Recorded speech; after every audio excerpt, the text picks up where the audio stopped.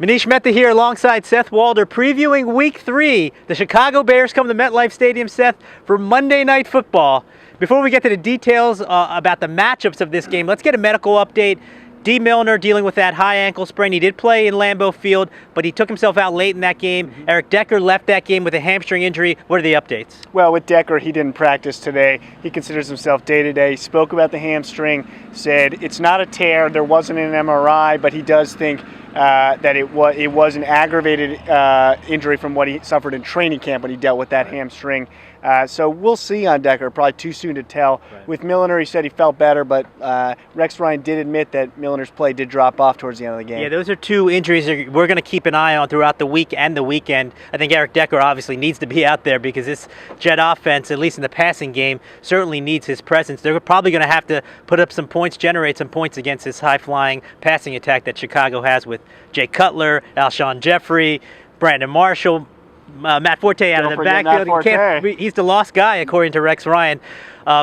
Seth, let's talk about this team in general. 18 penalties in the first two games. That's tied for fourth most in the league.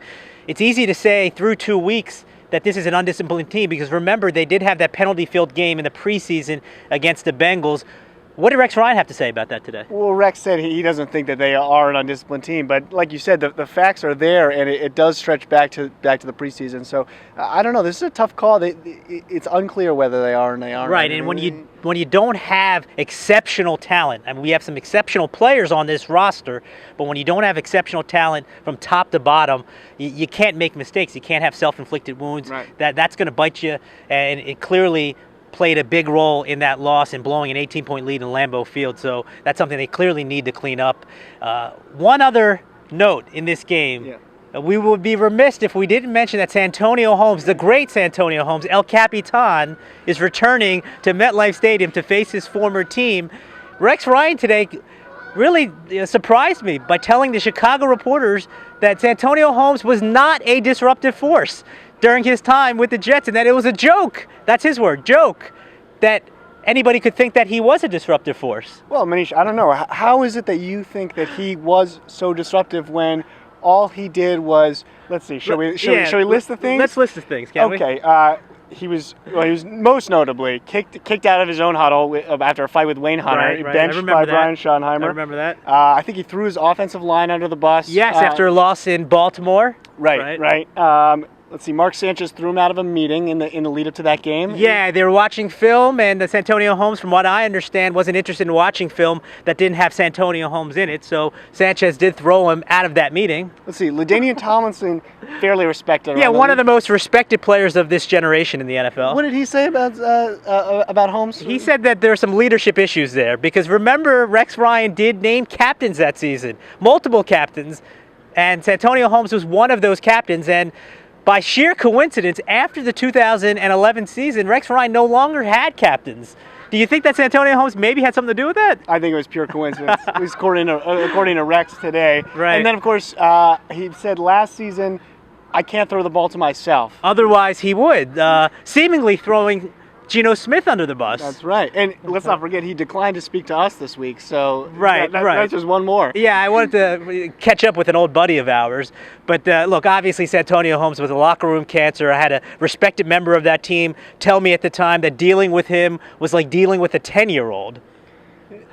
It's just hard to imagine how Rex could keep a straight face when he said it was a joke. But then again, it was a conference call, so maybe he wasn't able to. Right, yeah, he probably was laughing. But it'll be interesting to see what Santonio Holmes does. If he is in the slot, there's a chance that he'll be lined up outside because Brandon Marshall lines up in the slot a lot.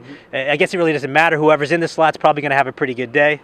Well, Kyle Wilson's going to be right there to try and stop them, so you never know. Yeah, you never know, but Santonio Holmes bears watching because it actually would not surprise me if he did well. Let's go to prediction time here, Seth. I think we both were correct last week in the Packer game. We both picked Green Bay to win that game.